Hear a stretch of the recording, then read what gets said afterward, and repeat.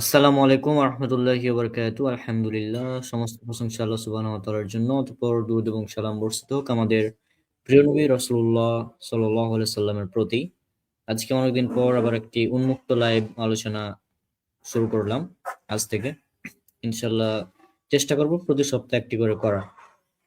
তো আজকে আমাদের যেহেতু উন্মুক্ত আলোচনা, তো আলোচনা আমাদের শুরু করবো এখন তাকবিরুল ইসলাম। রনক, তুমি স্টার্ট করো, আমি ইমেজটা নিয়ে আসছি সামনে।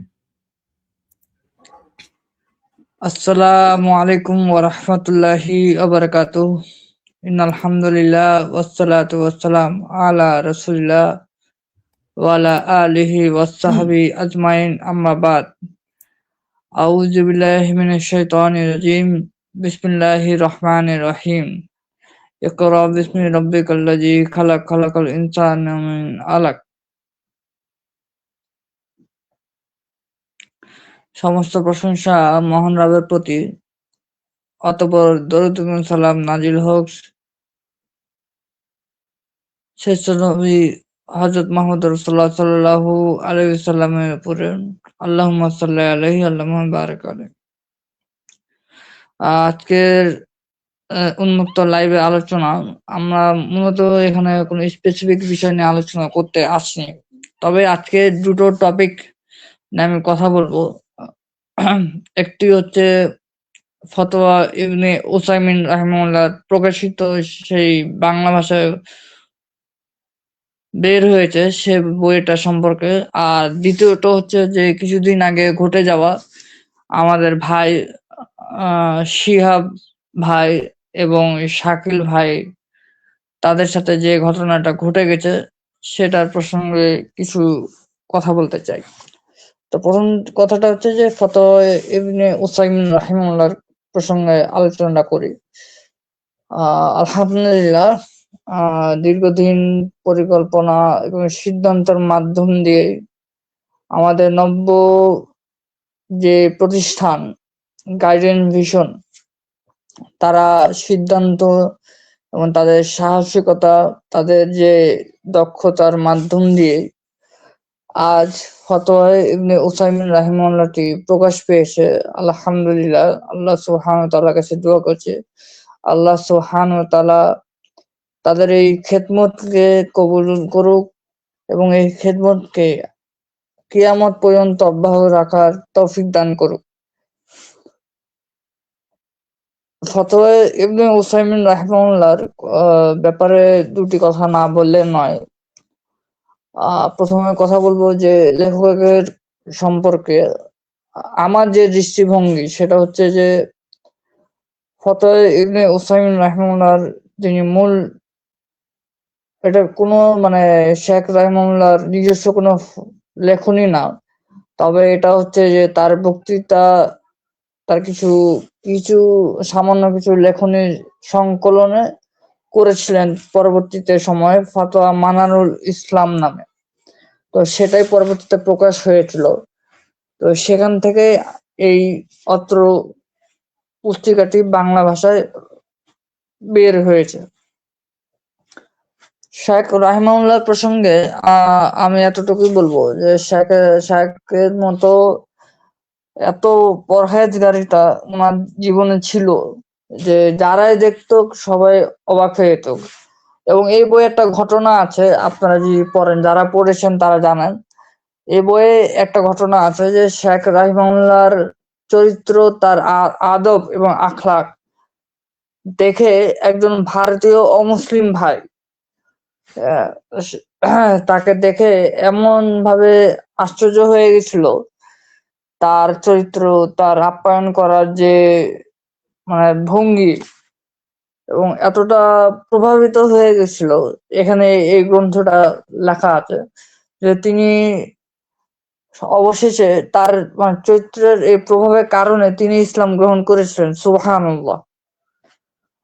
তো শেখ রহিমউল্লাহর আরেকটা ঘটনা এখানে উল্লেখ করা নাই, তবে আমি এই বইতে মানে বাংলাতে উল্লেখ করা হয়নি, তবে আমি এটা একটা সামারি আমি বলি যে শেখ রহিমউল্লাহ একদিন এমন ঘটনা ঘটেছিল, হঠাৎ করে মানে শেখ রহিমউল্লাহ তিনি তার ছাত্রদেরকে দার্স মানে পড়াচ্ছিলেন বিভিন্ন বিষয় নিয়ে। তো পড়াতে পড়াতে হঠাৎ করে শেখ রাহিমাহুল্লাহর দার্স চলাকালীন একটা পর্যায়ে এসে দেখছেন যে তার একজন ভক্ত, মানে তার একজন বিরাট একজন ফ্যান, তো তিনি তার লাক্সারিয়াস একটা গাড়ি, মানে সেই গাড়ির দাম বর্তমানে বাংলাদেশি টাকায় আমি যদি বলি প্রায় মিনিমাম 30 কোটি হবে, প্রায় কাছাকাছি বা তারও কম বা বেশি হতে পারে। এরকম একটা লাক্সারিয়াস গাড়ি শেখ ওসামিন রাহিমাহুল্লাহর ওই ফ্যান বা ওই ভক্তটি তিনি এসে গাড়ি থেকে নেমে শেখ ওসামিন রাহিমাহুল্লাহর কাছে যাচ্ছিলেন। তো শেখ ওসামিন রাহিমাহুল্লাহ দাঁতটিকে বন্ধ রেখে, মানে কিছু সময়ের জন্য বন্ধ রেখে তিনি তার কাছে যাচ্ছিলেন। তো তার ওই ওই লোকটি, মানে যিনি শেখ রহিমাহুল্লাহর ভক্ত ছিলেন, তো উনি বলতেছিলেন যে শেখ, আমি তো আপনার খুব ভক্ত, আপনাকে আল্লাহর জন্য ভালোবাসি। তখন উনি বলছিলেন যে শেখ, আমি আপনাকে এই গাড়িটা আমি আপনাকে গিফট করতে চাই। গাড়ির দামটা কিন্তু প্রায় 30 কোটি টাকার কাছাকাছি, কিন্তু বাংলাদেশি টাকায় এখনকার জামানায়, এটা কিন্তু মাথার মধ্যে রাখেন। তো শেখ রহিমুল্লাহকে গাড়ি গিফট করতেছে উনি। তো শেখ রহিমুল্লাহ বলতেছে যে না, এটা তুমি রাখো, এটা আমার দরকার নাই। তো এরকম কয়েকবার শেখ রহিমুল্লাহ একই কথা বলছিল, আর উনার যে ফ্যান উনি বলতেছেন না, আপনাকে নিতেই হবে। তো পরে বাধ্য হয়ে শেখ রহিমুল্লাহ নিয়েছিল। তো ওই ফ্যানটা তাকে চাবি, মানে শেখ রহিমুল্লাহকে চাবি দিয়ে তিনি চলে গেছিলেন তার নিজের নিজের কাজে। শেখ রহিমুল্লাহ চাবি নিয়ে আবার মানে চলে গেলেন তার নিজের দার্সে, আবার দার্স দেওয়ার জন্য। তো উনি যখন দার্সে বসেছিলেন, তো বসা থাকা অবস্থায় এরকম ঘটনা ঘটেছে যে তার ছাত্ররা গাড়ির দিকে তাকাচ্ছে, কিন্তু শেখ রহিমুল্লাহ দার্স দেওয়ার জন্য মানে খুবই মানে এটাকে ফোকাস দিচ্ছে, মানে খুব সিরিয়াস অবস্থা। তো এরকম ঘটনা বর্ণনা পাওয়া যায় যে শেখ রহিমউল্লাহর ওই দার্সে থাকাকালীন একজন ছাত্র নাকি বলছিল যে উস্তাদ, আপনার তো একটা গাড়ি এসেছে, আপনি দেখতে পারেন।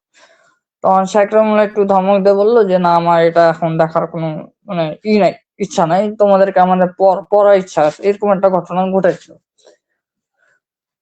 তো শেখ রহিমউল্লাহ দার্স দিতে দিতে আবার একটা ঘটনা ঘটেছিল ওই ওই দিনে। তো ওই দিনে ঠিক একটা ঘটনা এরকম ঘটলো যে হঠাৎ করে আরেকজন একজন লোক আসছিল, উনিও কিন্তু শেখ রহমানুল্লাহর ফ্যান, মানে অনেক ভক্ত। তো হঠাৎ করে উনি মানে একদম সাজুগুজু অবস্থা, মানে নতুন পোশাক কাপড়, ভালো একটা পোশাক টোশাক, রঙিন পোশাক টোশাক নিয়ে আসছিল। তো উনি আসার পরে শেখ রহমানুল্লাহকে বলছিলেন যে শেখ, আমার আজকে বিয়ে, আপনাকে আসতে হবে। দেখেন, একজন কিন্তু গাড়ি, কোটি কোটি টাকা গাড়ি গিফট করে গেছে শেখ রহমানুল্লাহকে, আরেকজন এসে বলতেছে ওই দিনে যে আমার আজকের বিয়ে, আপনাকে আসতে হবে। পরবর্তীতে শেখ রহমানুল্লাহ তার কথা শুনে বলতেছেন যে দেখো বাবা, আমার তো আসার এখন সম্ভবপর হচ্ছে না, তবে তুমি একটা কাজ করতে পারো, আমার পক্ষ থেকে এই গাড়িটা তোমার বিবাহের গিফট হিসেবে তুমি গ্রহণ করো। এইভাবে করে শেখ রহমান তাকে চাবি দিয়ে দিল। তো শেখ রহমান চাবি দেওয়ার পরে উনি যখন তার দার্সে ফিরছিলেন, সে সময়ে একজন ছাত্র একজন ছাত্র বলছিলেন, তা আপনি তার গাড়ি, মানে আপনার গাড়ি আপনি তাকে কেন দিয়ে দিলেন, এরকম একটা ঘটনা ঘটেছিল। তো শেখ রহমুল্লাহ তো মানে কতটা যে দুনিয়া বিমুখ, মানে আরবিতে বলা হয় সেটা ইমামুজ জাহিদ, মানে যিনি দুনিয়া বিমুখী আলেম। তো এটা একটা ঘটনা প্রকাশ, মানে আপনি চিন্তা করেন উনার ঘটনা, এই ঘটনা থেকে একটু ভালো মতো ভাবে যদি চিন্তা করেন, শেখ রহমুল্লাহর প্রথম যে ফ্যান, সে কোটি কোটি টাকার গাড়ি তাকে গিফট করতেছিল, উনি নিতে যাচ্ছিলেন না। তো পরবর্তীতে পরে যে ফ্যান বা যিনি শেখ রহমানের খুব ভক্ত, যার বিয়ে হচ্ছিল, বিয়ের সময়কালীন উনাকে উনি গিফট করছেন, উনার যে উনাকে যে গিফট করছিল প্রথম, উনার প্রথম ফ্যান যে উনাকে যে গিফট করছিল কোটি কোটি টাকার যে গাড়িটা, উনি আবার গিফট হিসেবে তার পরের ফ্যানকে দিল বিয়ের উপলক্ষে। মানে শেখ রাহিমুল্লাহর এই ছোট্ট একটা ঘটনা থেকে অনেক কিছু শেখার আছে। উনি যে কোটি কোটি জিনিস, কোটি কোটি টাকার যে জিনিস বা চাকচিক্যময় এগুলো যে তিনি যে পছন্দ করেন না, তার জ্বলন্ত প্রমাণ এই ঘটনা থেকেও পাওয়া যায়। শেখ রাহিমুল্লাহর সূক্ষ্ম, মানে তার যে দক্ষতা, পবিত্র কোরআন কারিমের প্রত্যেকটা আয়াতকে বুঝার তার যে দক্ষতা, তার যে মাহির, তার যে বিচার বিশ্লেষণ করার যে তার যে আল্লাহ সুবহানাহু ওয়া তাআলা তাকে যে এত যে ক্ষমতা দিয়েছে, হাদিসের ইলমে হাদিসে বুঝার যে এত ভালো ভাবে বুঝাতে তাকে যে আল্লাহ সুবহানাহু ওয়া তাআলা জ্ঞান দিয়েছেন, মানে এটা অকল্পনীয় বিষয়। বিংশ শতাব্দীর মধ্যে সর্বশ্রেষ্ঠ ফকিহুল আসার এবং উসুলবিদ বলা হয় যাকে, শেখ মোহাম্মদ ইবনে সালেহ আল উসাইমিন রাহিমাহুল্লাহ, তার এই বিষয়টা থেকে আমি অনেক কিছু শিখেছিলাম, অনেক কিছুই শিক্ষা পেয়েছিলাম। আমি যে কথাটা আমি বলতেছিলাম যে শেখের এই ফতোয়া ইবনে উসাইমিন রাহিমাহুল্লাহ থেকে কি আমরা শিখবো, এখান থেকে তার যে বিভিন্ন বিষয়ে যে ফতোয়া গুলো আছে সেগুলো তুলে ধরা হয়েছে। এখানে আমি আরেকটা কথা বলি যে যারা ফতোয়া আলবানি পড়তে ইচ্ছুক, আগে যদি সে প্রাথমিক তালেবুল ইলম হয়, আমার এক ঝাঁক, মানে এক, মানে একদম দ্বিধাগ্রস্ত ভাবে আমার, আমি কি বলবো, মানে ছোট ভাই হিসেবে, বড় ভাই হিসেবে, আপনাদের কাছের দিনী ভাই হিসেবে আমার কাছে একটা মানে উপদেশ, নসিহা বা রিকোয়েস্ট থাকবে, আপনার আগে ফতোয়া ইবনে উসাইমিনটা পড়বেন। ফতোয়া ইবনে উসাইমিনটা কেন আপনি পড়বেন, মানে প্রাথমিক তালিম ইলমদের কথাটা কেন আমি বলতেছি, কারণ এখানে এত সহজ ভাষায় এত সুন্দর ভাবে সাজানো হয়েছে, মানে প্রাথমিক তালিবুল ইলমদের জন্য খুবই সুন্দর হবে বুঝতে, প্রত্যেকটা ফতোয়ার বিষয়গুলো বুঝতে খুবই সুন্দর হবে। আর ফতোয়া আলবানিতে একটু মানে বিশ্লেষণটা একটু বেশি করা হয়েছে, যার কারণে যারা উলমুল হাদিস, যাদের প্রাথমিক ধারণা আছে বা মাধ্যমিক লেভেলে যাদের জ্ঞান আছে, তারাও এই জিনিসটা মানে বুঝতে পারবে, ফতোয়া আলবানিটা পড়ে বুঝতে পারবে। আমি বলতেছি না যে ফতোয়া আলবানি পড়বেন না, এমন কথা না। আমি হচ্ছে শেখ ওসামিনটা পড়ার পর ওটা যদি ধরেন তাহলে ইজি হবে বুঝতে, অনেকটা ইজি হবে। ৩ নম্বর যে বিষয়টা আমি কথা বলবো, ফতোয়া আরকানুল ইসলাম আমাদের তাওহীদ পাবলিকেশন থেকে প্রকাশ হয়েছিল অনেক বছর আগে, এটা সবাই জানে। তো কিছু কিছু মানুষ বলতেছিল যে ফতোয়া আরকানুল ইসলাম তো বের করা হয়েছে, আপনারা কেন ফতোয়া ইবনে উসাইমিনটা বের করতেছে? আসলে জিনিসটা হচ্ছে ভুল বুঝাবুঝি হয়েছে। আসলে ফতোয়া আরকানুল ইসলাম হচ্ছে আরকানুল ইসলাম, মানে হচ্ছে ইসলামের যে স্তম্ভ আছে, 5টা স্তম্ভের বিষয় নিয়ে আলোচনা করা হয়েছে। ওখানে জিহাদ বিষয় নাই, আলোচনা নাই, ওখানে রাষ্ট্রনীতি সম্পর্কে আলোচনা নাই।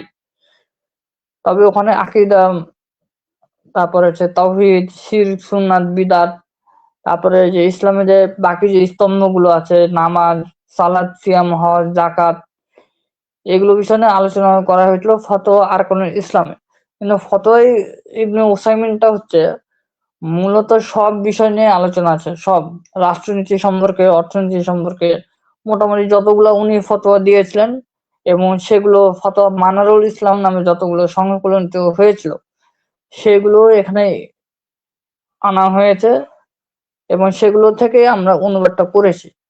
আর যে বিষয়টা নিয়ে আমি কথা বলবো সেটা হচ্ছে যে এটা পড়ার পরে যে যে কাজটা আপনাদের করা জরুরি, যারা বিজ্ঞ পাঠক আছেন, যারা পর্যালোচনা করতে জানেন, বিচার বিশ্লেষণ করতে জানেন, তাদেরকে আমরা অনুরোধ করব যে আপনারা এখান থেকে যদি কোনো ধরনের ভুল যদি পান, অনুবাদে হোক বা ভাষাগতভাবে উপস্থাপনের বিষয়ে যদি কোনো ভুল থাকে, বা টাইপিং মিস্টেক যদি ভুল থাকে, আপনারা সরাসরি গার্জিয়ান মিশন পাবলিকেশনের কথা বলবেন, অথবা যারা সম্পাদক মন্ডলী আছে তাদের সাথে কথা বলতে পারেন, অথবা আমার সাথেও কথা বলতে পারেন, সমস্যা নাই। ফতোয়া ইবনে উসাইমিন রাহিমাহুল্লাহর আজকের 1 মে পর্যন্ত আজকে 40% ডিসকাউন্ট অফার চলতেছে মাত্র 465 টাকায়। আপনারা যারা যারা এখনই নেন নাই, আপনারা নিয়ে এটা পড়বেন ইনশাল্লাহ। এটা আপনাদের কাছে অনুরোধ রইল, বিশেষ করে যারা তালেবুল ইলম, যারা মানহাজুস সালাফের আদলে জীবন চালাতে চান বা মানহাজুস সালাফের আদলে ইলম হাসিলকে আরো বেশি উপরের লেভেল নিয়ে যেতে চান, তাদের জন্য অবশ্যই অবশ্যই বইটা থাকা উচিত, মাস্ট রিড থাকতেই হবে। আচ্ছা, এটা গেল ফাতোয়া ইবনে উসাইমিন রাহিমাহুল্লাহ প্রসঙ্গে আমার কিছু মন্তব্য। আমি হয়তোবা এটা এই বিষয় নিয়ে মানে গুছায় বলতে পারিনি বা বলতে পারতেছি না, এটার জন্য আমি ক্ষমা প্রার্থী আপনাদের কাছে। তো এটা গুলো একটা বিষয় নিয়ে। দ্বিতীয় নাম্বার বিষয় হচ্ছে যে কিছুদিন আগে ঘটে যাওয়া আমাদের শাকিল ভাইয়ের সাথে, আমাদের শিহাব ভাইয়ের সাথে আমাদের যে ঘটনাগুলো ঘটেছে হানাফি মাদ্রাসায় মুফতি রাকিবুল ইসলাম সাহেবের মাদ্রাসায় যে ঘটনাগুলো ঘটেছে, এগুলো তীব্র নিন্দা আমরা জানাই, প্রথম কথা। দ্বিতীয় নম্বর কথা হচ্ছে যে আদাবুল ইখতিলাফ প্রসঙ্গে ওটা তো দূরে রাখি, মুফতি রাকিবুল ইসলাম সাহেবের সাথে যারা ছিলেন তারা তো আদাবুল ইখতিলাফ তো সম্পর্কে জানেনই না। আর মৌলিক যে বিষয়গুলো আছে, আকীদার বিষয়ে যে মৌলিক যে নলেজ গুলো আছে, সেগুলোর প্রসঙ্গে তারা পরিপূর্ণ জ্ঞান রাখেন না। আর প্রথম কথা হচ্ছে যে যখন আপনার অন্তরে যে শয়তানি যে রূপ, যাদের মানে মুফতি রাকিবুল ইসলাম সাহেবের মতো যাদের শয়তানির উপর মতো একটা চিন্তাধারা আছে, মানে হচ্ছে যে আপনি মেহমানকে দাওয়াত দিবেন, মেহমানকে দাওয়াতের নাম দিয়ে আবার মনে মনে এটা চিন্তা করতেছেন তাদের সাথে বাহাস করব, এমন ভাবে বাহাস করব বা এইভাবে মানুষদেরকে ফাঁসাবো, মানে এটা হচ্ছে শয়তানের কার্যক্রম, প্রথম কথা। দ্বিতীয় কথা হচ্ছে মুফতি রাকিবুল ইসলাম সাহেব যদি আমার এই বক্তব্যটা শুনতে যদি পান বা পরবর্তী কেউ যদি তার ছাত্র যদি শুনতে পায়, এটা তার ওস্তাদের কাছে পৌঁছে দিবেন। বিষয়টা হলো মুফতি রাকিবুল ইসলাম সাহেব, আপনি আমার থেকে বয়সে সিনিয়র মানুষ, কিন্তু আশ্চর্যজনক হলেও সত্য, আমি যে ভিডিওটা দেখেছি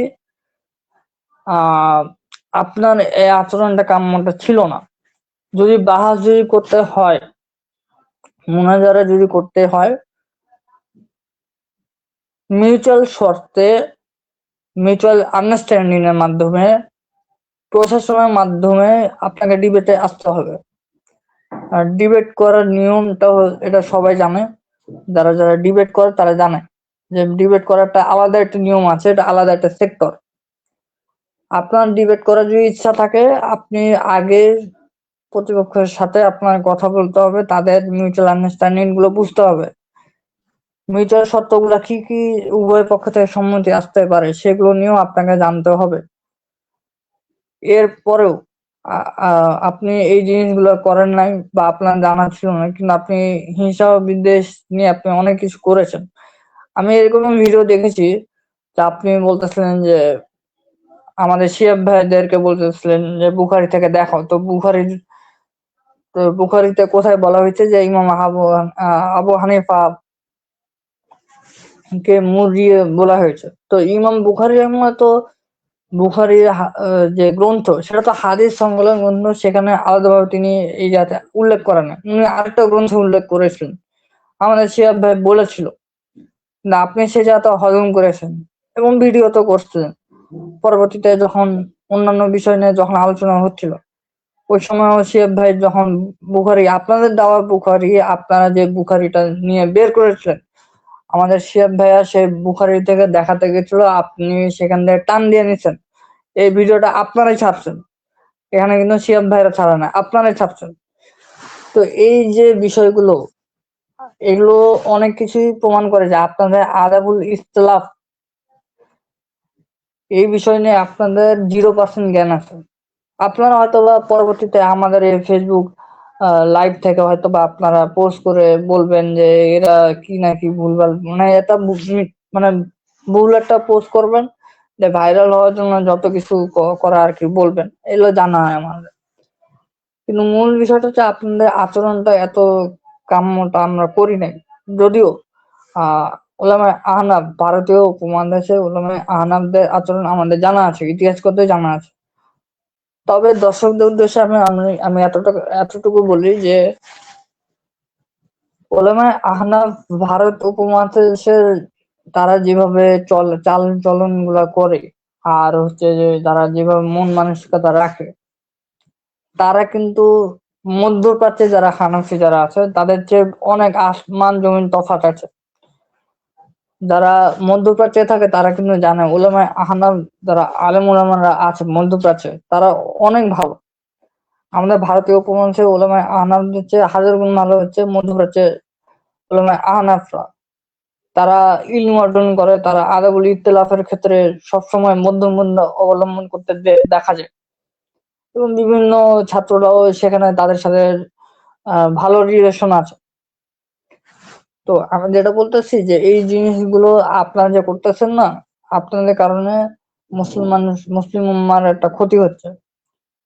শুধু ক্ষতি না, আপনারা অনেক কিছু করেছেন, মানে যেগুলো মানে অনেকটা হচ্ছে যে সন্ত্রাসী কায়দায় বলা যেতে পারে। তবে আমরা দোয়া করি আল্লাহ সুবহানাহু ওয়া তাআলা আপনাদেরকে হেদায়েত দান করুক, আল্লাহুম্মা আমিন। আর মুফতি রাকিবুল ইসলাম সাহেবকে আমি বলবো আপনারা আদাবুল ইখতিলাফ ভালো করে বুঝান, প্রথম কথা। 2 নম্বর কথা, 3 নম্বর বিষয়টা হচ্ছে ইমাম আবু হানিফা রাহিমাহুল্লাহকে মুরজিয়া বলেছে, অনেকজন মুহাদ্দিস বলেছে, সালাফে সালেহিনদের মধ্যে কয়েকজনের রিওয়ায়াত পাওয়া যায়। তো ইমাম বুখারী রাহিমাহুল্লাহ অন্য গ্রন্থে বলছে, আপনি বুখারী টাইনা নিছেন, মানে বুখারী থেকে আপনি প্রমাণ চাইতেছেন, মানে আমরা তারপরও আমরা বলছিলাম যে না, ইমাম বুখারী আরেকটা গ্রন্থে বলা আছে এটা। তো আমরা তো সেটাও তো চাই, তাই না? আমরা তো সেটাও চাই। আপনার কাছে যদি ইমাম বুখারী রাহিমাহুল্লাহ সবগুলো গ্রন্থ থাকতো, আমরা সেই গ্রন্থটা যদি থাকতো, সেখান থেকে আমরা প্রমাণ করে দেখাতে পারতাম। তো যাই হোক, মানে এটা একটা হতাশাজনক। বাংলাদেশের মুসলিম উম্মার এই আচরণ আসলে কাম্য করে না, প্রত্যাশাও করে না। আর প্রথম কথা, দ্বিতীয় কথা হচ্ছে যারা উসুলুদ্দিনের প্রসঙ্গে যারা অজ্ঞ, এদের দ্বারা এই ধরনের কাজ হবে, এটা স্বাভাবিক, এটা আমরা জেনেছি, এটা আগে থেকে জানা আছে। আর যদি সিরাত ভাইয়া, শাকিল ভাইয়া যদি আমাদের লাইভটা যদি দেখে থাকেন, আপনারা তাদের কাছে যাওয়াটা এটা ভুল হয়েছে। আর তাদের কাছে যদি জানতেন আগে থেকে, বা বাহাজ করা যদি তাদের কোনো নিয়ত বা ইচ্ছা যদি থাকতো, তাহলে তাদেরকে এভাবে বলা উচিত ছিল যে প্রশাসনের মাধ্যমে একটা মিউচুয়াল আন্ডারস্ট্যান্ডিং এর মাধ্যমে, মিউচুয়াল সত্যের মাধ্যমে আমরা ডিবেটে বসবো, এরকম বলা উচিত ছিল। 4 নম্বর যে বিষয় হচ্ছে, মুফতি রাকিবুল ইসলাম সাহেব, তিনি আমাদের মাহবুবুর রহমান আল মাদানী হাফিজাহুল্লাহর একটা ফেসবুক পোস্টের জবাবে লিখতে, যে উনি একটা বলতেছেন যে মসজিদ ভেঙে দেওয়া নাকি নবীর সুন্নাহ। এই যে এই কাজগুলো যে উনি মানে পোস্টে করছে, আচ্ছা নবীর যে সুন্নাহ যদি হয় আম ভাবে, খাস ভাবে তো দূর কি বাত, আম ভাবে কোথায় বলা হয়েছে যে মসজিদ তুমি আম ভাবে তুমি ভেঙে দাও? খাস তো দূর কি বাত, আপনি আম ভাবে প্রমাণ পেশ করেন আমাদের সাথে, আমাদের সামনে। বুখারী এবারও পড়লে, মানে বাংলা বুখারী পড়লে গুমরাহ হয়ে যায়। তা আপনাদের উস্তাদ আকাবিররাই তো বাংলাদেশে যারা আকাবির আপনাদের, তারা তো অনুবাদ করছে, তাদেরকে গুমরাহ বলেন না কেন? কি লজ্জা লাগে না আপনাদের এগুলো বলতে? লজ্জা তো লাগা থাকার কথা। আর আমাদেরকে বলার আগে আপনাকে বলা উচিত ছিল আপনাদের উস্তাদদেরকে, যে আমাদের উস্তাদরা গুমরাহ হয়ে গেছে বাংলা বুখারী অনুবাদ করে। তো এই যে যারা এই কাজগুলা করে, এগুলো যে খারাপ একটা জিনিস, খারাপ একটা ডিসিশন। আরেকটা কথা বলি, যতগুলো কুতুবে সিত্তার গ্রন্থ অনুবাদ করেছে, হানাফিরা আগে করেছে, আহলুল হাদিসরা পরে করেছে বাংলা ভাষায়। আর আর এইটার একটা বড় একটা পিছনে একটা ব্যাক স্টোরি বলি, এটা সবারই মোটামুটি জানা আছে, তারপর আমি রিমাইন্ড করে দিই। বিশেষ করে মুফতি রাকিবুল ইসলাম সাহেবকে। অমুসলিম যারা আছে তারা কিন্তু গভীর আগ্রহ প্রকাশ নিয়ে তারা কিন্তু ওই কুতুবে সিত্তার হাদিসগুলো বাংলা অনুবাদ, যেগুলো আপনারাই অনুবাদ করছেন বা আপনাদের ওস্তাদরা করে গেছে, সেগুলো কিন্তু তারা কিন্তু পড়ে অনেকেই ইসলাম গ্রহণ করেছিল। তো যারা ওগুলো পড়ে যে ইসলাম গ্রহণ করেছে, তারাও কি গুমরা নাকি? আপনি ফতোয়া দিয়েন, আপনারা ফতোয়া দিয়েন, আমাদের সমস্যা নাই, আপনারা ফতোয়া দিয়েন। আজকে ভারতে প্রায় 2000-এরও বেশি, 2000 না, প্রায় 10,000-এর উপরে হবে সম্ভবত, অনেক দায়ী আছে যারা আহ বাংলা বুখারি, হিন্দি ভাষায় বুখারি, উর্দু ভাষায় বুখারি তারা বিভিন্ন অমুসলিমদের মাঝে বিতরণ করতেছে, কোরআন বিতরণ করতেছে। তো তারা কি গুমরা নাকি? তো ফতোয়া দেন আপনারা। আপনারা মূলত হচ্ছে মাযহাবের নামে জালিয়াতি করতে করতে আপনাদের রক্তের একটা সম্পর্ক হয়ে গেছে, যে আমরা মাযহাবের নামে জালিয়াতি করব, মানে করতেই হবে, না করলে মানে মানে পেটে ভাত চলবে না, এরকম একটা অবস্থা। তো যাই হোক, আজকে এই পর্যন্ত আমি এতটুকু কথা বলবো। ইনশাল্লাহ আমরা পরবর্তী নেক্সট আমরা আরো অন্য কিছু বিষয় নিয়ে সামনে সপ্তাহে আমরা লাইভে আসবো, সেটা আমরা ইনশাল্লাহ চেষ্টা করব যে অমুসলিমদের বেশ কিছু জবাব নিয়ে আমরা আলোচনা করব। তো আজকে এইটুকু পর্যন্ত শেষ করলাম। আচ্ছা। আরেকটা বিষয় এখানে এখানে আরেকটা বিষয় এখানে আরেকটা বিষয় বলে দিই। টিম সালাফি দাওয়া প্ল্যাটফর্মের পক্ষ থেকে একটা আমাদের ফেসবুক পোস্ট হয়েছিল, সেখান থেকে কিছু ভাইরা বলছিল যে এরা তো দায়ী না, এরা তো কোনো মানে ত্রুটি শায়েখ, এরকম একটা কিছু বলছে। তাদের কথায় আমি বলবো যে ভাই, আমরা কখনো শায়েখ নিজেদেরকে দাবিও করি না, দায়ীও দাবি করি না। আমাদের কথা হচ্ছে যে আমরা যা ইলম হাসিল করেছি, আমরা আমাদের নিজের জীবনে সেটা প্রয়োগ করার চেষ্টা করি এবং প্রচার করার চেষ্টা করি। নবী সাল্লাল্লাহু আলাইহি ওয়াসাল্লামের স্পষ্ট হাদিস, তোমাদের একটা আয়াত জানা থাকলে তোমরা প্রচার করে দাও। কোরআনে আল্লাহ সুবহানাহু ওয়া তাআলা কয়েকটা জায়গাতে নবী সাল্লাল্লাহু আলাইহি ওয়াসাল্লামকে বলেই দিয়েছে যে ইসলাম প্রচার করার জন্য তার জন্য দায়িত্ব দিয়ে দিয়েছে। তো তারাও প্রচার করেছেন, আমাদের সালাফে সলিহিনরা প্রচার করেছেন, আমাদের আইমা যে কেরাম যারা আছে, আলেম ওলামারা যারা আছেন, বড় বড় মুহাদ্দিস যারা আছেন, তারাও প্রচার করেছে। আমাদের যারা ভারত উপমহাদেশে যারা দায়ী আছে, যেমন ব্রাদার সাদাব ভাই, ব্রাদার ইমরান ভাই, ব্রাদার সিরাজুল আকবর ভাই, তারপর এম এল আকবাল ভাই, অ্যাডভোকেট ফাইজি আহমেদ ভাই, তারপরে আরো অনেকে আছে, ব্রাদার রাহুল ভাই। তো তারা সবাই প্রচার করতেছে, তারা তো কখনো নিজেদেরকে বলে নাই যে ভাই আমি আহ ই কি বলে আমি শেখ, তারা কখনো বলে না। আর আমরা এগুলো মানে ধরিও না, আমরা হাতে গোনা ধরিও না। আমরা মূলত শেখদের কাছে আমরা, যারা উস্তাদ, যারা বড় বড় ইলমে হাদিসে জ্ঞান রাখে, ইলমে তাফসিরে যারা জ্ঞান রাখে, যারা হক এবং বাতিল বিষয় নিয়ে খুব সুস্পষ্টভাবে আলোচনা করে, তাদের কাছ থেকে, তাদের সোহবতে আমরা তখন তাদের কাছ থেকে জেনে জেনে শুনে আমরা তখন প্রচার করি। তাদের কাছ থেকে আমরা পরামর্শ নিই যে আমাদের এই জিনিসটা ভুল হচ্ছে কিনা ঠিক হচ্ছে, আমরা প্রচার করি। প্রচার করার আগে আমরা পরামর্শ নিয়ে নিই, এটাই আমাদের কাজ আর এটাই আমরা করব, আমাদের ভবিষ্যতে এটাই করব। আর কথা হচ্ছে যে মূল বিষয়টা হচ্ছে যে সুন্নাহর প্রতি ভালোবাসা এবং আমলের প্রয়োগটা আমরা সর্বাত্মক চেষ্টা করি। হ্যাঁ, কিছু পরিস্থিতির কারণে কিছু কিছু সুন্নাহ হয়তোবা আমাদের দ্বারা বিলম্বিত হয়ে যায়, সেটা মূল বিষয় না, বা সেটা সেটা আমল না করার কারণে যে মুসলিম থেকে খারিজ হয়ে যাবে এমনও কিন্তু না, এটাই বলবো। আর আর আহলুল হাদিস কওমদের উদ্দেশ্যে একটা কথা বলতে চাই যে আমাদের যে ছোট ছোট মাসালা আছে সেগুলোর দিকে যদি ইজতিহাদি মাসালা হয় সেগুলোর দিকে আমাদের বাড়াবাড়ি বা ছাড়াছাড়ি না করে বরং মূল যে কাজগুলো রয়েছে, রাষ্ট্রনীতি সম্পর্কে হোক বা সামাজিক সম্পর্কে হোক বা দাওয়াতের নীতি সম্পর্কে হোক, সেগুলোতে আমরা যেন ফোকাস দিতে পারি।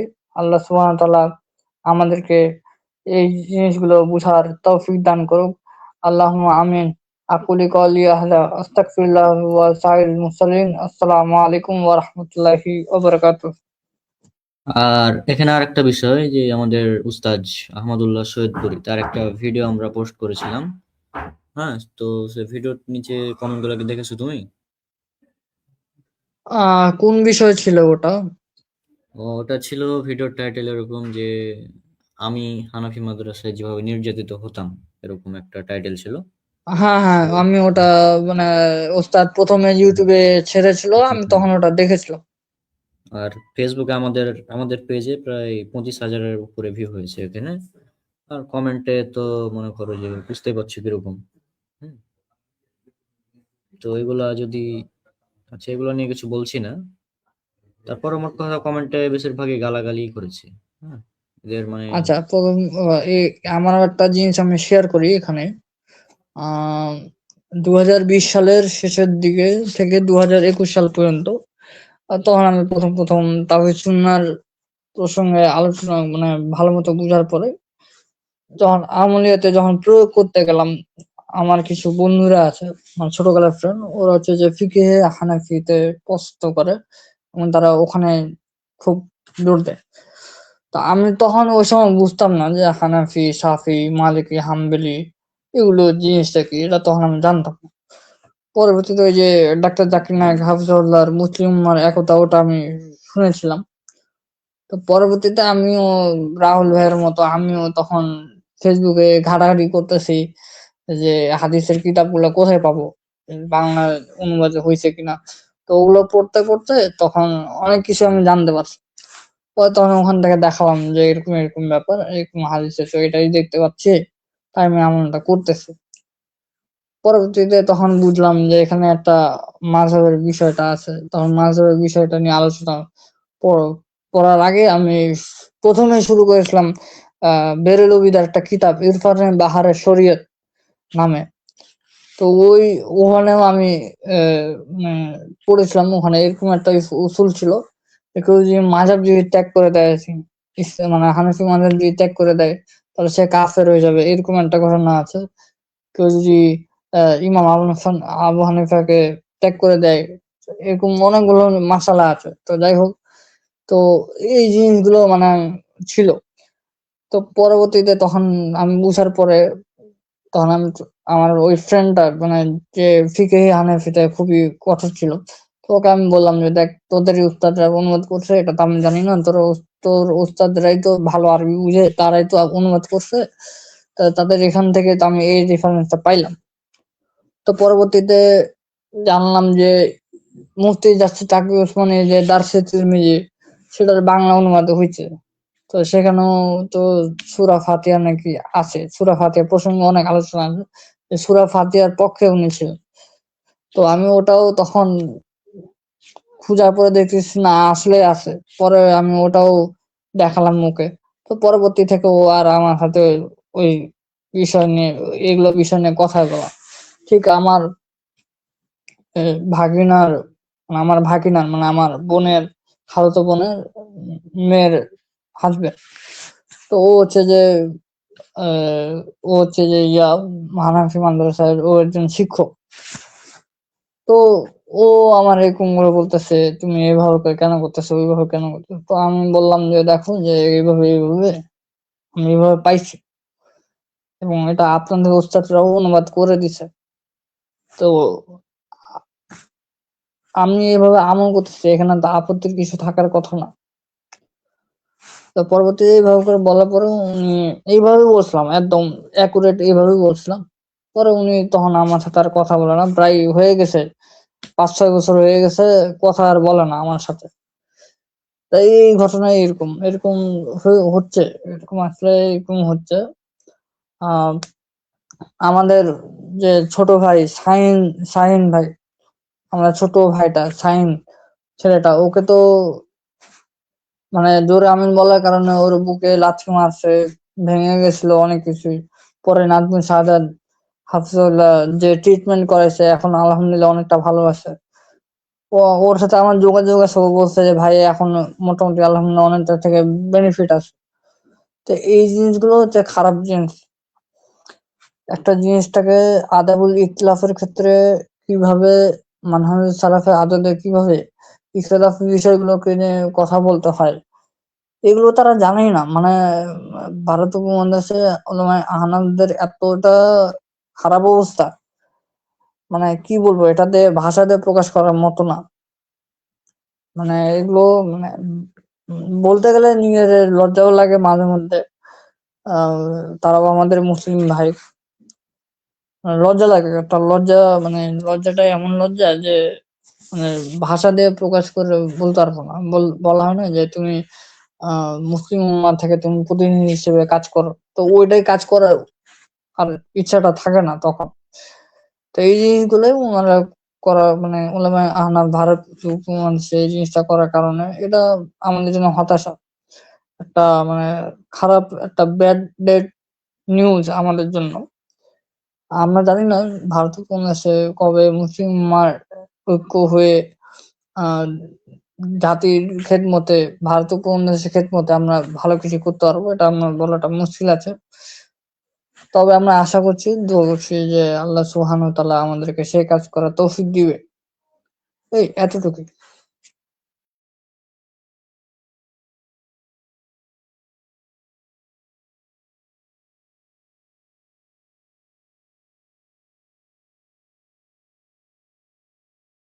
হ্যাঁ, তো মানে কি বলবো এদের আরেকটা বিষয় যে আরবি ইবারত পড়া নিয়ে, হ্যাঁ, এটা একটা মানে কি, তুমি বলো এই বিষয়ে। আরবিটা হচ্ছে এত জরুরি বাংলাদেশে যে যদি আরবি না পারো তুমি কথাই বলতে পারবে না, এরকম কথা বলা উচিত না তোমার। হুম। আচ্ছা, ল্যাঙ্গুয়েজ সিস্টেমটা এমন জিনিস যে অবশ্যই এখানে একটা ফ্যাক্ট আছে, যে ফ্যাক্টটা হচ্ছে যে আপনি তুমি যদি কারোর সাথে মানে অন্য দেশের সাথে যদি কথা বলতে চাও, বা কোনো কিছু লেখা যদি বুঝতে চাও, সেখানে ল্যাঙ্গুয়েজটা বোঝাটা একটা ফ্যাক্ট, এটা অবশ্যই ফ্যাক্ট। বাট যারা মোটামুটি শিক্ষিত মানুষ, এডুকেশন পারসন, তারা যে শিখবে তারা যে শিখে যে বলতে পারবে না, এটা হচ্ছে মানে এটা সাইকোলজিক্যালি একটা অ্যাটাক। মানে মানে এটাকে কিভাবে বলবো, উপস্থাপনটা এরকম যে তুমি ধরো শিক্ষিত মানুষ, তুমি তোমার মন যাচ্ছে যে তুমি শিখে তুমি এই জিনিসগুলা বলবা, প্রচার করবা। ধরো তুমি শিখলা এবং শিখে ধরো যে প্রচার করতেছো, হঠাৎ করে একদিন এই কমেন্ট আসলো। তো যে কমেন্টটা করছে সে তো জানে না যে তুমি আসলে শিখেছো, তোমার আগ্রহ আছে আরো ভালো করে শিখে আহ বড় বড় যে বিষয়গুলো আছে, যেমন উলুমুল হাদিসের বড় বড় যে লেভেল গুলো আছে, সেগুলো হয়তো বা একদিন প্রচার করবা, এরকম কিছু। তো এইবারও তো সবাই পড়ার চেষ্টা করে। আম- তার মানে এই না যে আহ যে আমরা ইবারত পড়তে পারি না, এমন কোনো কথা না। আমরা পড়তে পারি, আলহামদুলিল্লাহ। আমরা পড়তে পারি, আমরা পড়তে পারি, বুঝতেও পারি, আমরা উচ্চারণ করতে পারি। হ্যাঁ, আমাদের কিছু প্রোনাউন্সিয়েশনের ক্ষেত্রে, বা যেমন আমরা হচ্ছে যে আমরা জেনারেল ব্যাকগ্রাউন্ডের মানুষ, আমরা ছোট কাল থেকে করে আসি নাই, মানে কোনো মাদ্রাসায় পড়ি নাই। যার কারণে আমাদের কিছু ক্ষেত্রে প্রনাউন্সিয়েশনের ক্ষেত্রে কিছুটা জড়তা থাকতে পারে। যেমন কোরআনের কিরাত বিষয় নিয়ে একটা আলোচনা থাকতে পারে, আমাদের কিছু ভুল ত্রুটি সামান্য কিছু থাকবে। আর যারা একটা ছোট বাচ্চা ছোট থেকে মাদ্রাসা আছে, সে যদি কিরাত তার কাছে অনেক সহজ একটা ব্যাপার। সে ওই ছোট থেকে কিরাত শিখেছে এবং বড় হয়ে সে আরো ভালো করে বেটার, আমাদের চেয়ে ওরা বেটার পারে। ওরা বেটার মানে কি অনেক বেটার। তো এই জিনিসগুলা আছে এবং থাকবে। যেমন অমুসলিমরা বর্তমানে কিন্তু অমুসলিম অনেকেই আছে যারা ইবারত পড়ার চেষ্টা করে। আবার কেউ কেউ আছে যে আরবি ভাষার উপরে পিএইচডিও করেছে। কেউ কেউ আছে যে আরবি ভাষা শিখে শিখে তারপরে কোরআনে পড়েছে, এরকমও আছে। তো এটা খারাপ কিছু না।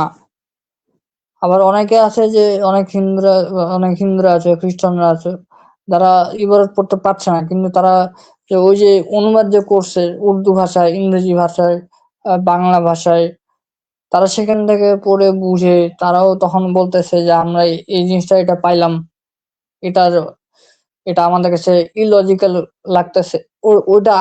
ওটা আলাদা একটা সাইডের ব্যাপার। আর তারা পড়ে বুঝার চেষ্টা করতেছে, এটাও কিন্তু একটা ফ্যাক্ট। তো যারা এই ধরনের কথাটা বলে এটা আসলে মানে ঠিক না। হ্যাঁ, আরেকটা যে ইলমুল তাফসির, উসুলুত তাফসির, উলুমুল হাদিসের ক্ষেত্রে এগুলোর ক্ষেত্রে বেশি অ্যাডভান্স লেভেলের অ্যারাবিক বুঝাটা দরকার পড়ে, এটা ফ্যাক্ট। যেমন হচ্ছে যে আমি যেহেতু জার্মান ল্যাঙ্গুয়েজ আমার করা আছে, জার্মান ভাষায়, তো জার্মানের প্রাথমিক লেভেল দিয়ে জানা থাকলেও জার্মান যে কথা বলা যায়, বাট এক্সাক্টলি মানে মানে একদম 70% ভালো কথা বলতে গেলে ওই রকম পর্যন্ত যেতে গেলে সেকেন্ড লেভেল পর্যন্ত পড়তে হয়, এটা একটা নিয়ম। তো আরবির ক্ষেত্রেও ওই সেম, আরবি ল্যাঙ্গুয়েজের ক্ষেত্রে সেম, উর্দু ল্যাঙ্গুয়েজের ক্ষেত্রেও সেম, ইংলিশের সেম, হিন্দিতেও সেম। এখানে কোনো পার্থক্য নাই। পার্থক্য হচ্ছে উচ্চারণে কিছু লেখার কিছু অক্ষরে চেঞ্জেস আছে। তো এই জিনিসগুলো মানে টিটকারি করা, এই জিনিসগুলো ভালো না। হ্যাঁ, উপদেশ দিতে পারেন যে ভাই এরকম এরকম ব্যাপার, আপনার এই জিনিসটা একটু উচ্চারণ একটু ভুল হয়েছে, আপনি এই জিনিসটা পরবর্তীতে এই জিনিসটা একটু ঠিক করে নিয়ে, এটা বলা যেতে পারে। এটা আমাকে অনেকেও আছে এরকম, এরকম অনেকজনের সাথে আমার দেখা হয়েছে। আমার বলছে যে আপনার এই জিনিসটা কি যাতে এই জিনিসটা একটু এইভাবে করে চেঞ্জ করে দেন তাহলে ভালো হবে। বা আপনি যে হাদিসের এই ইবারতটা যখন পড়তে গেছেন একটু এই যাতে খটকা লেগেছে, আপনি এইভাবে একটু প্রনাউন্সিয়েশনটা করেন তাহলে বেটার হবে। এরকম অনেকে আমাকে পার্সোনাল ভাবে এসে বলেছে এবং আমি এটা সুন্দরভাবে এটা গ্রহণ করেছি। এটা খারাপ কিছু না। কিন্তু যারা এইভাবে মানে এইরকম কমেন্ট দিয়ে যারা টিকটারি করে তারা আসলে আহ আদ-দীনু আন-নাসিহা, দিন মানে যে নসিহা, এই জিনিসটা তারা ভুলে গেছে, এই হাদিসটা তারা ভুলে গেছে। যার ফলে তারা এই জিনিসগুলোই করতেছে, এটাই বারবার রিপিট করতেছে, এই জিনিস নিয়ে ওরা মজা করতেছে। তো যাই হোক, আল্লাহ সুবহানাহু ওয়া তাআলা তাদেরকেও হেদায়েত দান করুক, এই আর কি। আহ আচ্ছা, তো এখানে যেটা হাদিস আপনারা দেখতে পাচ্ছেন, এখানে সহিহ বুখারী, এটা হচ্ছে তাওহীদ পাবলিকেশনের, এটা হচ্ছে 3461 নম্বর হাদিস। হ্যাঁ, আর এটা হাদিস হচ্ছে, এখানে বলা হচ্ছে আন্না নাবিয়্যি সাল্লাল্লাহু আলাইহি ওয়াসাল্লাম ক্বালা বাল্লিগু আন্নী ওয়াল আয়া। হ্যাঁ, অর্থাৎ নবী সাল্লাল্লাহু আলাইহি ওয়াসাল্লাম বলেছেন, আমার কথা পৌঁছে দাও যদি তা এক আয়াতও হয়। ঠিক আছে, এখন যেহেতু রাসূল সাল্লাল্লাহু আলাইহি ওয়াসাল্লাম এটা বলেছেন যে আমার কথা পৌঁছে দাও যদি একটা আয়াতও হয়, আর কেউ যদি ইচ্ছা করে আমার নামে মিথ্যা আরোপ করে সে যেন জাহান্নামকে তার ঠিকানা বানিয়ে নেয়। হ্যাঁ, তো এখানে হাদিসটা আপনারা দেখতে পাচ্ছেন আরবি এবং বাংলা দুটোই আছে। যারা আরবির পণ্ডিত তারা আরবি পড়বে, আর আমরা বাংলাতেই পড়বো, সমস্যা নেই এখানে। হ্যাঁ, আচ্ছা, এখানে কি যারা বলে যে আরবি মানে বাংলাতে অনুবাদ তো তারাই করেছে, মানে হানাফিরা করেছে প্রথম। সহিহ বুখারীর অনুবাদ বাংলাতে কারা করেছে? হানাফিরা, তাই না? তাহলে আরবি মানে বাংলা পড়াটা যদি অপরাধ হয়, তাহলে সর্বপ্রথম অপরাধ করেছে সে যে এটাকে অনুবাদ করেছে, তাদের কথা অনুযায়ী। এখন আমরা তো জেনারেল ব্যাকগ্রাউন্ডের, আমরা তো আরবি তো পারবো না, যারা মাদ্রাসায় ব্যাকগ্রাউন্ড থেকে পড়ে আসছে, আর আমরা জেনারেল থেকে। হ্যাঁ, আমরা অত ডিটেলস পারবো না, কিছুটা হয়তো পারবো। যেমন আমার তো নিজেরই উচ্চারণগত ভুল হয় অনেক জায়গায়। তো যাই হোক, এটা ছিল এই হাদিস। এই কারণে আমরা হচ্ছে যে দিনের কাজগুলো করতে থাকি একদিক থেকে। হ্যাঁ, কিন্তু এদের কমেন্ট, কমেন্ট করুক, সমস্যা নাই। হ্যাঁ, সে তার জবাব দিবে ইনশাল্লাহ কিয়ামতের দিন এগুলোর, যারা এই ইচ্ছে আচ্ছা, মতো যারা গালাগালি যারা করছে। যারা এই কমেন্টটা করতেছে, আমি ওই যে ওই হাদিসটা আমি বারবার রিপিট করতেছি, আর দিনু আর নাসিহা, দিন হচ্ছে হুম। নসিহার জিনিস। তো আপনারা যারা এই কমেন্টটা পড়তেছেন, ওই কমেন্টের এই হাদিসটার আসলে প্রয়োগটা ভালো মতো করে আগে জেনে নেন। তো এটার কি হতে পারে, এটা ফিকুল হাদিস কি, এটার মূলনীতি কি হবে, এটা কিভাবে প্রয়োগ করতে হবে, এটা আপনারা জানবেন। আমরা তো আমরা তো ইবাদত নাকি পড়তে পারি না। আচ্ছা ঠিক আছে, পড়তে পারি না, আমরা এখানে একটা প্রশ্ন দিয়ে দিব আপনাদেরকে, যারা কমেন্ট করতেছে তারাই বলবেন। আর দিনু আর নাসিহার এই যে হাদিসটা, এই হাদিসটা কোথায় আছে এটা আমি এটা বলবো না, এটা বের করা আপনাদের দায়িত্ব। এখান থেকে ফিকহুল হাদিসটা কি হবে, মূলনীতি কি হবে, কিভাবে আমরা এটা বাস্তব লাইফে কায়েম করব, সেটাও আপনারা বলবেন। এটা আমরা বলবো না, আমরা কেউ বলবো না, আমি বলবো না, মুসাফিরও বলবো না। আমরা সেখানে একটা টাস্ক দিয়ে গেলাম, একটা কাজ দিয়ে গেলাম আপনাদেরকে। বের করবেন আপনারা, যারা কমেন্ট করেছিলেন তারাই বের করবেন এখানে। গতকাল হোক বা তার পরশু, গত পরশু দিন হোক, পরশু দিন, সেটা একটা আর কি।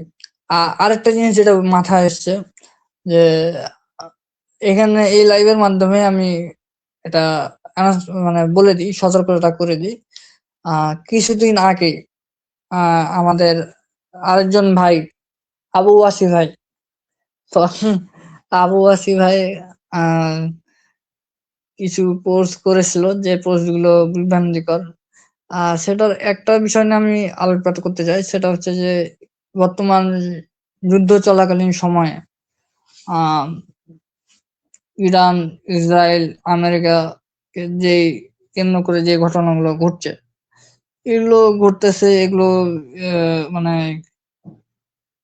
কতটা ইসলামের জন্য কাজ হচ্ছে, কতটা দিনের উপকরণ হচ্ছে, অথবা কতটা আহ মুসলমানরা কল্যাণ পাচ্ছে, বা কতটা ফিলিস্তিনের মানুষরা কল্যাণ পাচ্ছে, এটা একটা প্রশ্নবিদ্ধ আছে, থাকবে, স্বাভাবিক বিষয়। হ্যাঁ, সৌদি আরবকে নিয়ে এখানে কিছু দোষারোপ করা হচ্ছে। আমি একটা জিনিস, এটা ক্লিয়ারলি স্টেটমেন্ট হিসেবে দিব, সৌদি আরব তাওহীদের দেশ, এটার কোনো ডাউটই নাই। তবে সৌদি আরবের কিছু মুআমালাতে কিছু বিষয় আছে যেগুলো তাদের ভুল আছে। যেমন রিয়াদের কিছু কেন্দ্র করে আমি এখানে বলবো, রিয়াদ শহরে কিছু ঘটনা আছে যেগুলো ভুল, অবশ্যই ভুল। ভুলকে ভুল বলতে হবে।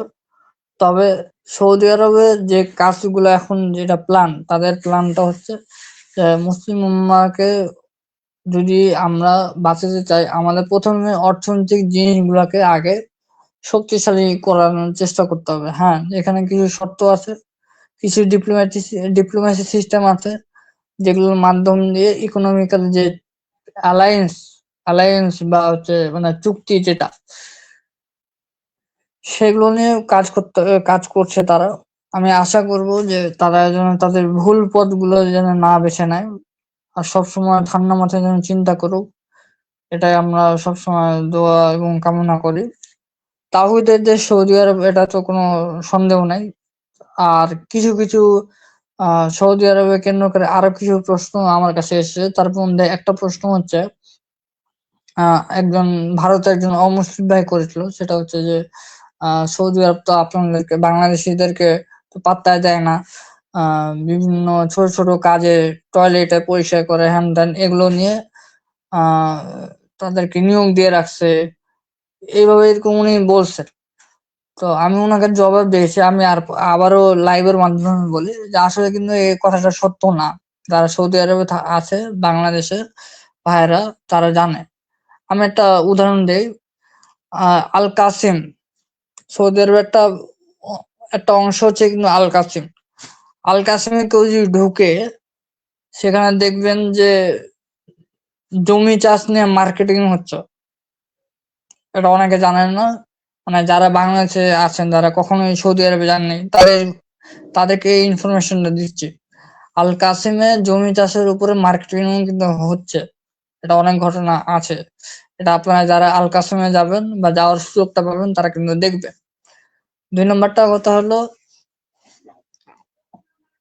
আন্তর্জাতিক ড্রাইভার, মানে ইন্টারন্যাশনাল ড্রাইভিং লাইসেন্স কিন্তু আমাদের বাংলাদেশিরা পেয়েছে, এবং তারা সৌদি আরবে বিভিন্ন যে গাড়ির যে সেক্টর আছে, সেই সেক্টরে, সৌদি আরবের সেক্টরে তারা ইন্টারন্যাশনাল ড্রাইভিং লাইসেন্স মাধ্যমে তারা বাংলাদেশি ভাইদেরকে সফর করাতে নিয়ে যায়, এটা অনেকে জানে না।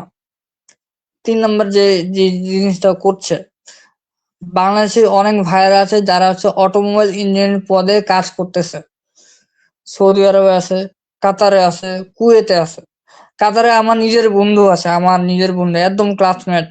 আমার বন্ধু, ওর সাথে এই যে ২০২৩ সালে আমার একসাথে পড়াশোনা শেষ করলাম। ও কাতারে ও অটোমোটিভ ইঞ্জিনিয়ার পড়াশোনা আমার সাথে পড়ে ও হচ্ছে ওখানে কাজ করতেছে অ্যাসিস্ট্যান্ট সার্ভিস ইঞ্জিনিয়ার পদে। তো আলহামদুলিল্লাহ ভালোই কাজ করতেছে, মধ্যপ্রাচ্যে ভালোই কাজ করতেছে, বিশেষ করে সৌদি আরবে আরো।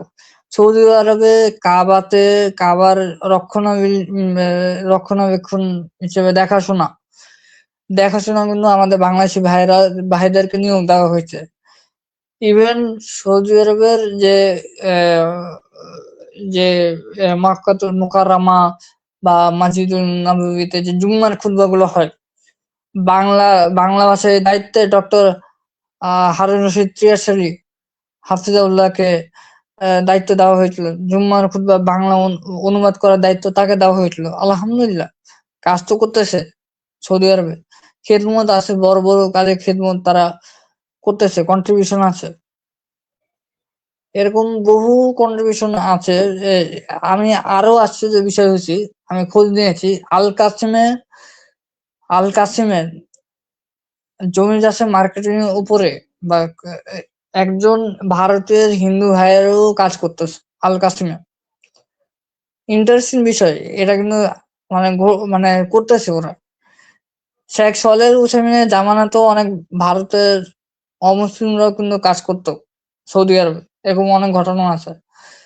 তো এখনো অনেকে আছে যে কাজ করে, দু একজন পাওয়া যায় ভারতের অনেক অমুসলিমরা, বিশেষ করে হিন্দুদের মধ্যেও পাওয়া যায়। তো বেশিরভাগই পাকিস্তান, বাংলাদেশ, তুরস্কে, মিশর এগুলো থেকেই বেশিরভাগ মানুষজন ওখানে কাজ করছে সৌদি আরবে। তবে ভারতের অমুসলিমদের ভিতরে এখন বর্তমান সময়ে খুব কম, মানে পার্সেন্টেজে হতে পারে ১-২% পাওয়া যায় মানুষজন কাজ করছে বড় বড় পদে, বা মানে ছোট ছোট মানে মিডল পদে কাজ করতেছে অনেকে পাওয়া যায়। ম্যাক্সিমাম যেগুলো হচ্ছে যে সৌদি আরবে ম্যাক্সিমাম মানুষ মানে বিভিন্ন সেক্টরে কাজ করতেছে বাংলাদেশি ভাইরা। বিজনেস করতেছে, বিজনেস একটা হোটেল আছে, বড় বড় বিজনেস তারা করে। বড় বড় রিয়াদে আছে, তারপরে দাম্মামে আছে, তারপরে হচ্ছে আল বাহরাইনে আছে, এরকম অনেক জায়গাতে আছে। মানে মানে অনেক খেদমত করতেছে তারা। তারা আপ্যায়ন করতেছে। তারা সৌদি আরবেও স্থায়ী যারা পুলিশ অফিসার হোক, আলেম ওলামারা হোক, তারাও কিন্তু মানে প্রশংসা করে। তো আলহামদুলিল্লাহ এগুলো যারা এই কথা মানে যারা এগুলো ভুল ধারণা আছে, আমি বলব যে আপনারা সৌদি আরবে যান।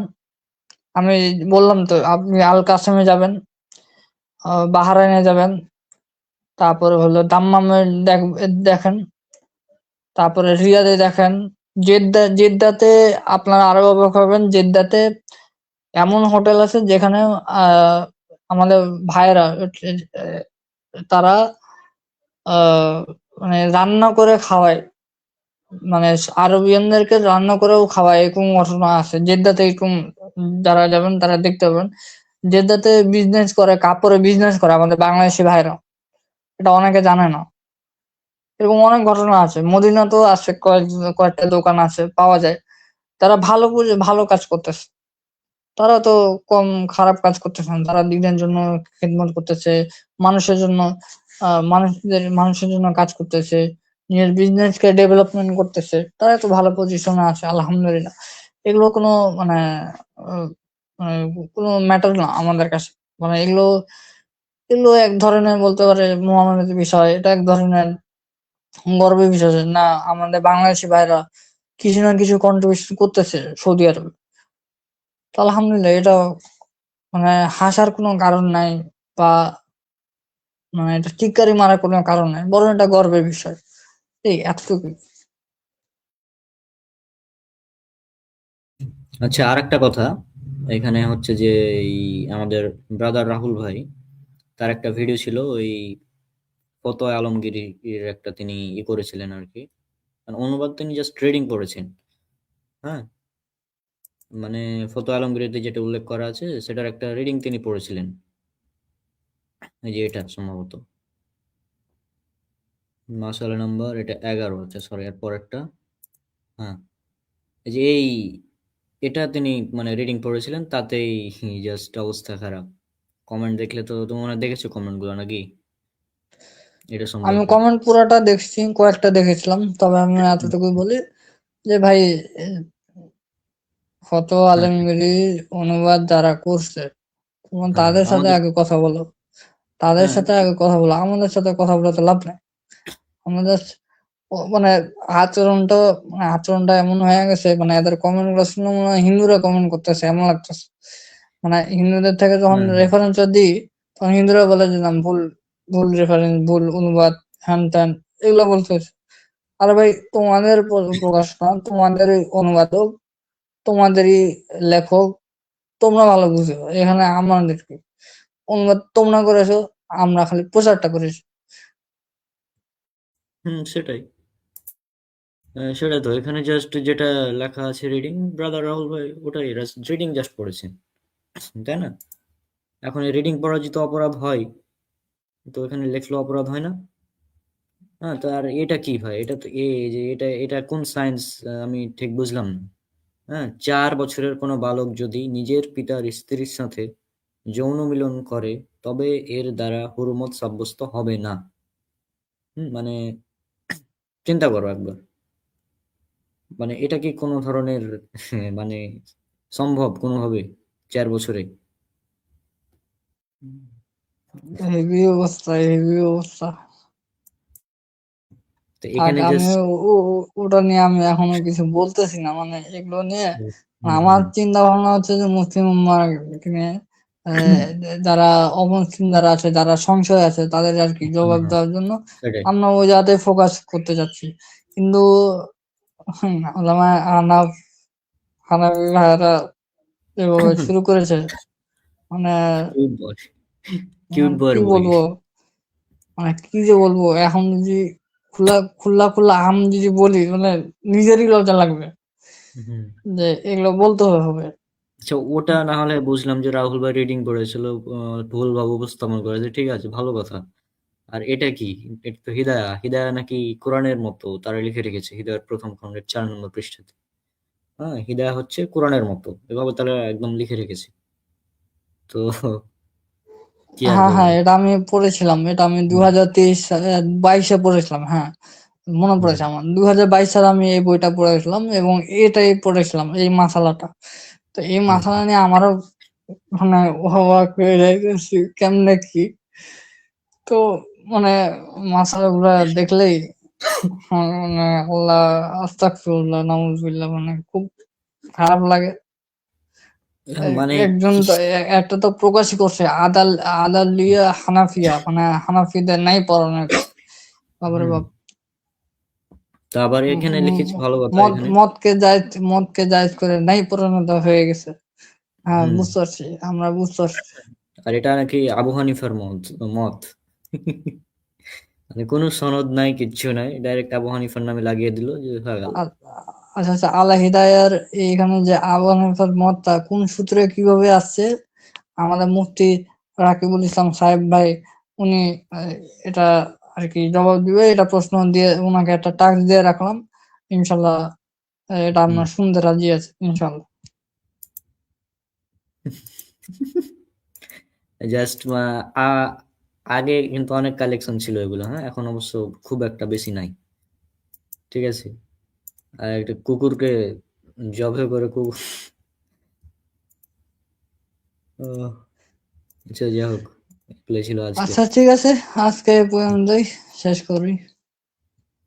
আচ্ছা, 1 ঘন্টা হয়ে গেল কাছাকাছি। আমরা চেষ্টা করব প্রতি সপ্তাহে লাইভে আসার।